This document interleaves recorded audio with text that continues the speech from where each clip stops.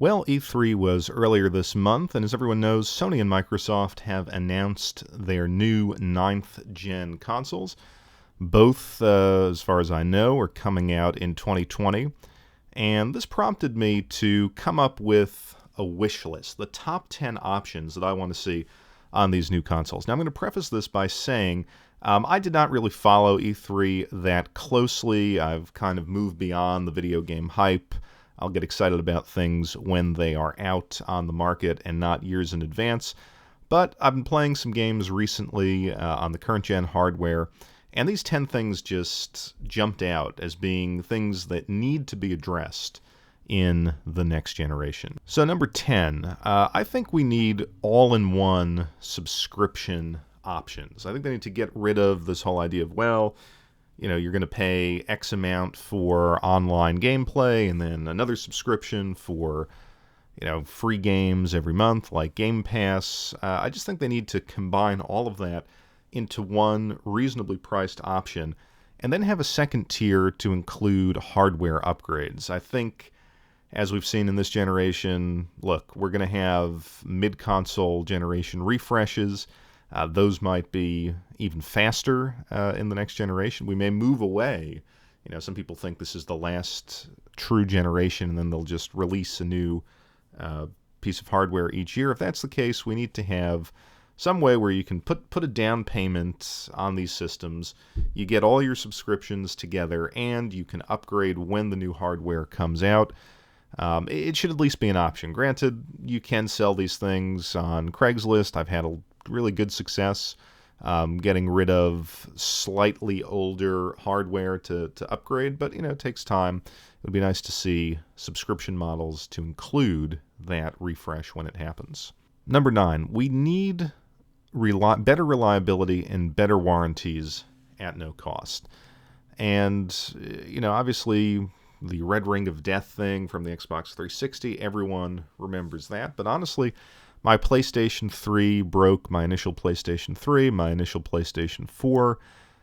It's time to focus your designs on improving reliability to the extent possible. I mean, you don't want to do it and then balloon these consoles by $100 and $150, but I really think they need to work on that. And if not, if they're going to build them cheap, they're going to obviously take a loss on these, as some people suspect they will, then you just need to offer better warranties. It needs to go beyond a year. It needs to be the case that when I purchase these consoles, I'm fairly confident that until that refresh point or a little bit beyond, I'm going to have problem-free hardware. And you know what? If a problem does crop up, I can replace it. None of these, like PlayStation one's $150, and you have to pay the shipping, and you have to wait 3 weeks. That needs to be a thing of the past. We need to have those better warranties or hopefully better reliability. Number 8, multiple price points for games. I think what we've seen in this console generation is the $60 price point masking a wide variety of game types. I mean, if we're going to have the, as I call it, free-to-pay design games where you pay your $60, but you're constantly being nickel and dimed, and you have all the DLC and the microtransactions and loot box mechanics, all of that stuff. If that's how you want to make money on a game, I think they need to be priced at $20. $20 in the door, and then you know what? If I'm so inclined, I'll pay for all of those things. I mean, I personally wouldn't do it, but I think that's only fair. You can't do that stuff at a $60 price point. Remakes, remasters, retro games, retro remasters should be $40. I think that's a fair price. I just picked up the Crash Team Racing. A lot of content for that $40 price point.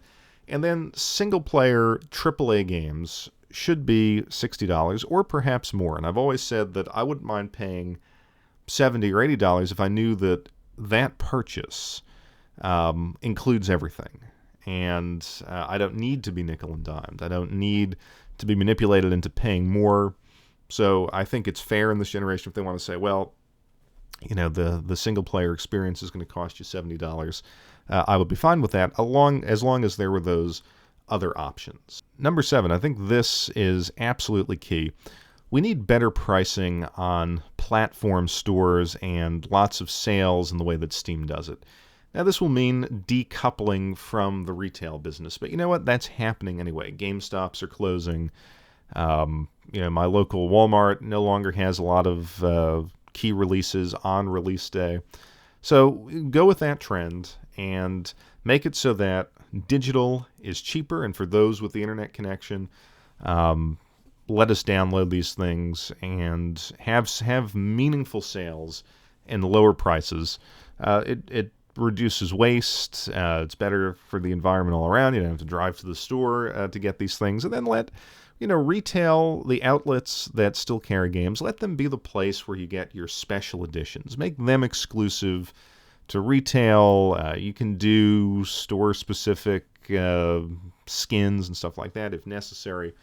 But I would go for that as long as there's better pricing on the platform stores. Number 6, we need full backwards compatibility on both the PlayStation 5 and the new Xbox. I think that's reasonable. I've heard rumors that both companies are working on that so that, day one, if anything, my library gets a little bit better, runs a little bit better, and that will tide me over as the new titles are being released. Number 5, a throwback, certainly to my days as a kid, and that's a pack-in game.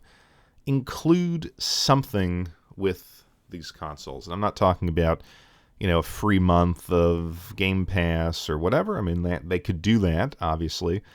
But a desirable pack-in title so that you feel like, hey, I got the system, and I'm playing a meaningful game right off the bat. Number 4, I think this is so important. Cut down or eliminate load times. Like I said, recently purchased some new games, and I can't believe it's 2019, and I'm waiting forever for these games to start up. The load times on the consoles seem significantly longer than on PC, and you know what? I still run games off of a mechanical hard drive on PC, so I'm not comparing this to a blazing fast SSD. Again, playing Crash Team Racing today, and it just takes forever to load into these races. So they need to figure out a way to do that, whether that's faster storage, whether that's a different design. They need to get rid of those load times. Now, my next point, number 3, is going to contradict number 4, and I think games need to run from the physical media if you buy it on physical media, so you can start the game up right away. I am so tired of buying a new game, coming home, sticking it in the machine, and then it has to install. Sometimes it's 60 gigabytes. You have to wait for that. You have to then download the day one patch, and it could take an hour and a half to 2 hours for you to start up a game. Similarly, if you haven't turned your system on for a while, as is, I think, typical for working adults, maybe I don't have time to turn on the system and play for a couple weeks, and then when I finally have that time to sit down, put in the game, and it's downloading those huge patches. It needs to be like in the old days. Put the game in, start playing. So obviously, if you're going to run games from a physical piece of physical media, there's going to be load times, but again, they need to figure out how to eliminate that, or do what they did on the PlayStation 3. Give me the option of installing some data onto the hard disk to improve load times as opposed to just running it off the disk.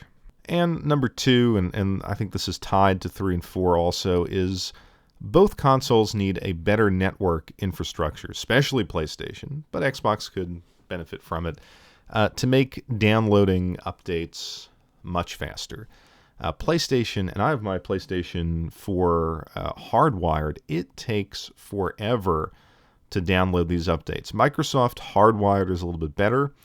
I have another Xbox in another room running off of Wi-Fi, and it still takes a while to download these updates. So they need, I think, better Wi-Fi cards and just a better infrastructure.